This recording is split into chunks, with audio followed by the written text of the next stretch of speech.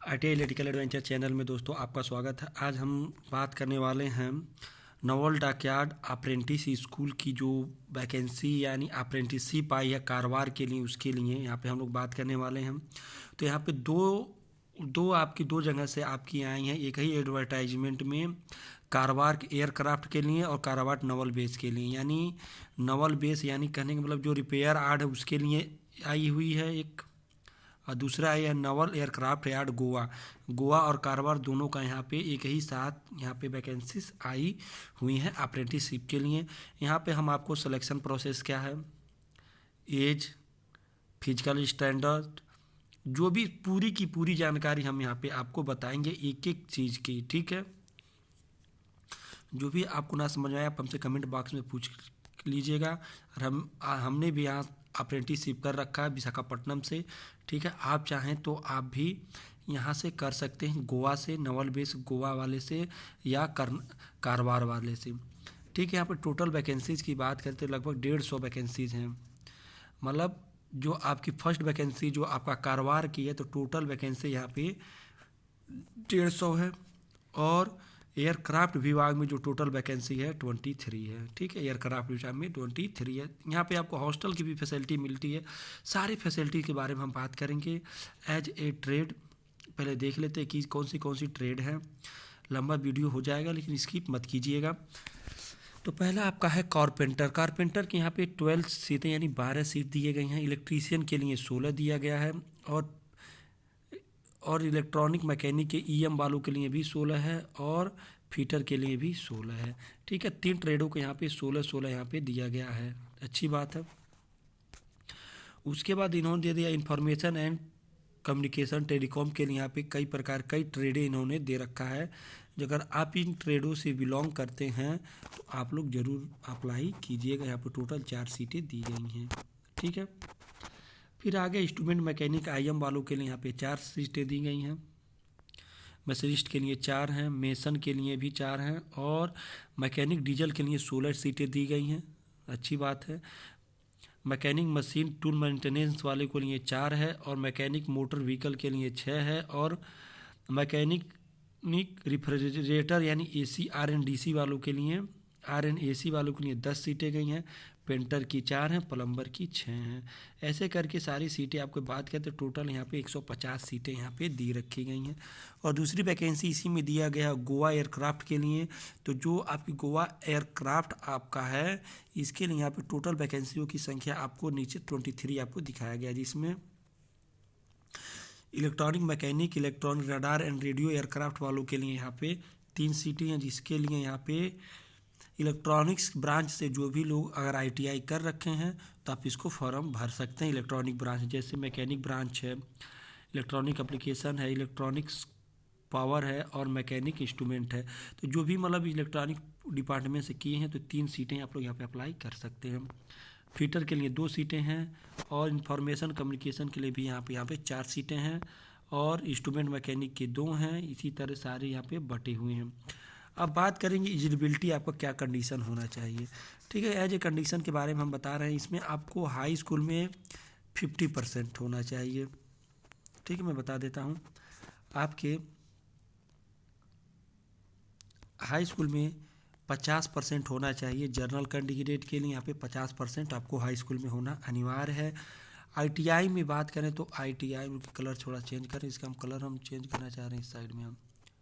ठीक है, आईटीआई की बात करें हम तो आईटीआई वालों का यहाँ पे, हाँ ठीक है, यहाँ पे आईटीआई वालों का लगभग 65% होना अनिवार्य है। आईटीआई में 65 और 10th में 50% होगा तो आप इसको अप्लाई कर सकते हैं। ठीक है, नो प्रॉब्लम, कोई दिक्कत नहीं है। अब क्या दिया है, और एज रिलैक्सेशन की बात करें तो आपका 14 साल से अगर 21 साल का ये एज हो तो आप इसे अप्लाई कर सकते हैं। 14 साल से 21 साल। 21 साल किसका होना चाहिए, जनरल वालों के लिए 21 साल होना चाहिए। ओबीसी को यहाँ पे 3 ओबीसी के लिए 3 ईयर्स का यहाँ पे आपको क्या मिलेगा, छूट मिलेगा। 3 ईयर्स के लिए ओबीसी के लिए मिलेगा और एससी एसटी के लिए 5 ईयर्स का यहाँ पे आपको बेनिफिट मिलेगा। ठीक, इसका भी आप लोग ध्यान रखिएगा। ठीक है, अब आगे चलते हैं। फिजिकल स्टैंडर्ड की बात करें तो मैं बता दूं, ये अपना मेडिकल यहाँ पे खुद अपने वहाँ आपको बुला के वहाँ कराएगा, ठीक है, क्योंकि हमारा भी मेडिकल वहीं हुआ था। मैं आपको पहले रेफरेंस दे देता हूँ, जिसमें आपका कम से कम आपकी छाती कितना होना चाहिए, 150, हाइट आपका 150 होना चाहिए, वेट कम से कम 45 किलो होना चाहिए, और आपका जो सीने का फुलाव है, जो मैं नॉर्मल फुलाव से 5 सेंटीमीटर आपका सीना फूलना चाहिए। नॉर्मल आपका अगर आँख है तो 6x6 होना चाहिए। अगर नॉर्मल नहीं, अगर आप ग्लास लगाते हैं तो 6x9 रहेगा, तब भी चलेगा, कोई प्रॉब्लम नहीं है, ठीक है। यहाँ तक अपना कान उन साफ करा लीजिए, क्योंकि आपके कान में क्या होना चाहिए, बक्स नहीं होने चाहिए, साफ होने चाहिए। सारे ऑर्गन मतलब सारे जो आपके अंग हैं नॉर्मल काम करने चाहिए, ठीक है। जो अगर आपने पहले से कहीं भी अप्रेंटिस कर रखा है तो अब इसके लिए आप अप्लाई मत कीजिएगा, आप एलिजिबल नहीं। अगर अप्रेंटिस कर रखे हैं तो आप इसके लिए एलिजिबल नहीं है, ठीक है। आगे चलते हैं। रिजर्वेशन की बात करें तो रिजर्वेशन 1961 के हिसाब एज कैटेगरी बाई यहाँ पे रिजर्वेशन यहाँ पे दिया जाएगा, ठीक है, 1961 के। स्टाइपेंड की बात करें यानी आपको पैसा कितना मिलेगा, अगर आपका 1 साल का ITI है तो 7,700 रुपये मिलेगा। अगर आपका 2 साल का ITI है तो 8,050 रुपये आपका यहाँ पे टोटल बन के आएगा, ठीक, 8,050 रुपया बन के आएगा। अगर आपका 2 साल का ITI है, 1 साल का ITI होल्डर है तो 7,700 रुपये आपको मिलेगा स्टाइपेंड के रूप में, कम नहीं, अच्छी बात है। अब बात करें आप कब तक इसे आप कैसे अप्लाई करेंगे, तो अप्लाई करने के लिए सबसे पहले आपको अप्रेंटिसशिप इंडिया GOV पे जाके आपको रजिस्ट्रेशन करना है, प्रोफाइल बनानी है। प्रोफाइल में जो भी अपलोड मारे सारे अपलोड करने के बाद प्रोफाइल को डाउनलोड करना है, और इसके साथ आप क्या क्या लगाना मैं बता देता हूँ आपको। आप self attested high school, ITI caste certificate, अगर आप PW कैंडिडेट हैं PW सर्टिफिकेट, अगर आपके माता पिता कोई अगर काम करते हैं डॉकयार्ड में उनका वो सर्टिफिकेट, ठीक है। अंडरटेकिंग जो सर्टिफिकेट नीचे दिया गया वो, मतलब जितना भी सभी को आपको क्या करना है, भर के अटेस्टेड करके और स्पीड पोस्ट या रजिस्ट्री आपको कर देना है इस एड्रेस पे, in officer in charge dockyard naval base apprentice school naval repair yard naval base Karwar Karnataka, इसी पे आपको भेज देना है। 30 दिन के अंदर आपको वहाँ पे पहुँच जाना चाहिए, ठीक है। सारी जानकारी यहाँ पे दे दिया गया है। आगे है जो सर्टिफिकेट है, जो अंडरटेकिंग इन्होंने मांगा, देखिए सर्टिफिकेट अंडरटेकिंग का ये सर्टिफिकेट है। यहाँ पे आप अपना नाम लिख दीजिएगा, ठीक है, फिर अपना सिग्नेचर कर दीजिएगा, अपना नाम यहाँ फिर लिखिएगा, फिर अपना आधार कार्ड नंबर और जहाँ से आप फार्म भरेंगे वो जगह और डेट आप लिख के सेंड कर दीजिएगा, ठीक है, स्पीड पोस्ट कर दीजिएगा, जल्दी करिएगा, ठीक है। इसके बाद आपको सिलेक्शन प्रोसेस क्या है, आपको कॉल लेटर भेजा जाएगा, साथ में आपका परसेंटेज के हिसाब से जैसे भी आपको राइट एंड टेस्ट यानी आपको क्या लिखित एग्जाम देना पड़ेगा, तो लिखित एग्जाम आपके ईमेल पे आपको प्राप्त हो जाएगा, आपका एडमिट कार्ड ईमेल पे, ठीक है। ईमेल ID आप सही दीजिएगा। उसके बाद आपका जब ईमेल ID हो जाएगा तब जाकर एग्ज़ाम दीजिएगा। एग्ज़ाम के बाद आपका मेडिकल होगा, इंटरव्यू होगा, तब जाके मेडिकल होगा, और हाथों हाथ ज्वाइनिंग लेटर मिल जाएगा और आके आप ज्वाइन कर लीजिएगा, ठीक है। अब बात करें अगर आपका TA DA का कुछ मिलेगा था तो आपको ट्रेवलर्स अलाउंस मिलेगा। जो लड़के अगर पास हो जाते हैं और उनका जैसे मेरिट में उनका नाम नीचे रहता नहीं आ पाता है, तो उन बच्चों को स्लीपर क्लास का, AC का नहीं, स्लीपर का अगर टिकट वो बुक किए हैं तो स्लीपर का टिकट का दाम आपको क्या होगा, रिटर्न हो जाता है, ठीक है।